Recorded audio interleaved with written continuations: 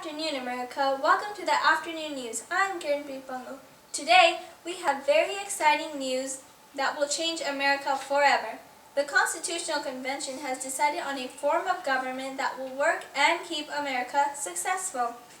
This new government is called a democracy. It is no longer a monarchy.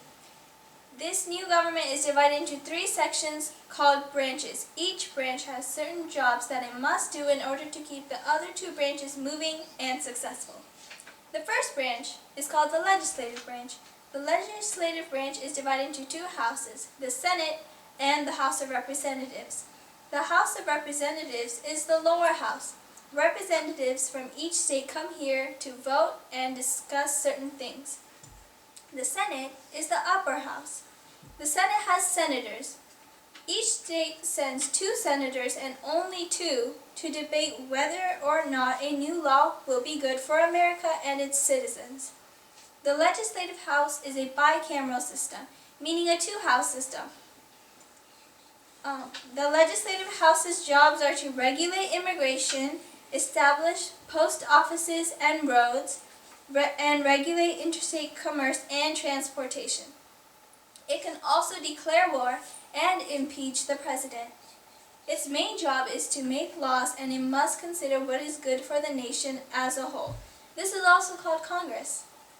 The next branch is the executive branch. The president, the leader of our country, is in this branch. It is the executive branch's job to carry out all the laws the legislative branch has made. Before a law becomes a law, it is a bill. The bill must be approved by the president by him signing it. If it is not signed within 10 days, it is automatically vetoed. It travels all the way back to Congress, the legislative house, again. The last branch is the judicial branch. Its job is to interpret the laws. After a law is made in the legislative branch and then signed by the president, it comes here to the judicial branch.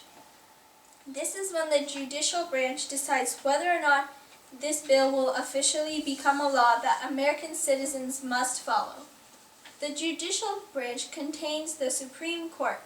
The Supreme Court is the highest and most powerful court in America, and it will always stay this way. Today, we have an American citizen with us to ask a couple questions. Invite our special guest, Irvin Bree. Hello, everyone. How are you, Irvin? I'm good, thanks.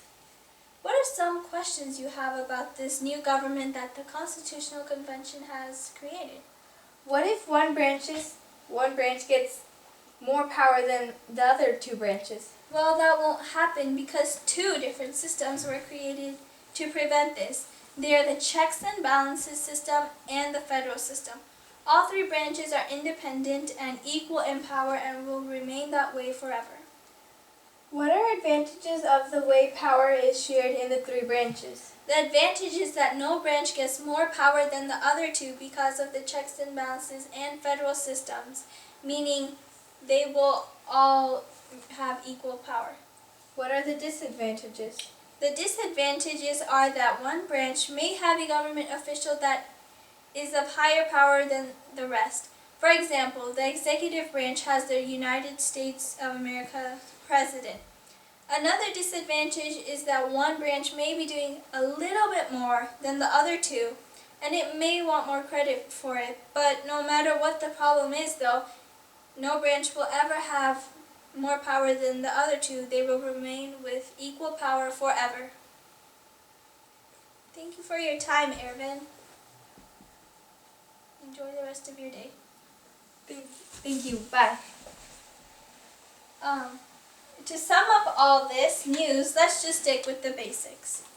The legislative house has two houses. The Senate, which is the upper house, which only allows two senators per state, and the House of Representatives, which is the lower house, which representatives come here from each state to vote. The judicial branch has the Supreme Court, which is the highest and most powerful court in the United States and will stay this way forever. And the judicial branch has the final word on each of the laws, meaning yes, no, or we'll think about it. The executive branch has the President of the United States, which is the leader of our country. We are glad that America is starting to become organized for the future, and we hope that this new government will work. I'm Kiranpreet Bungle, and thank you for watching the afternoon news. Enjoy the rest of your day.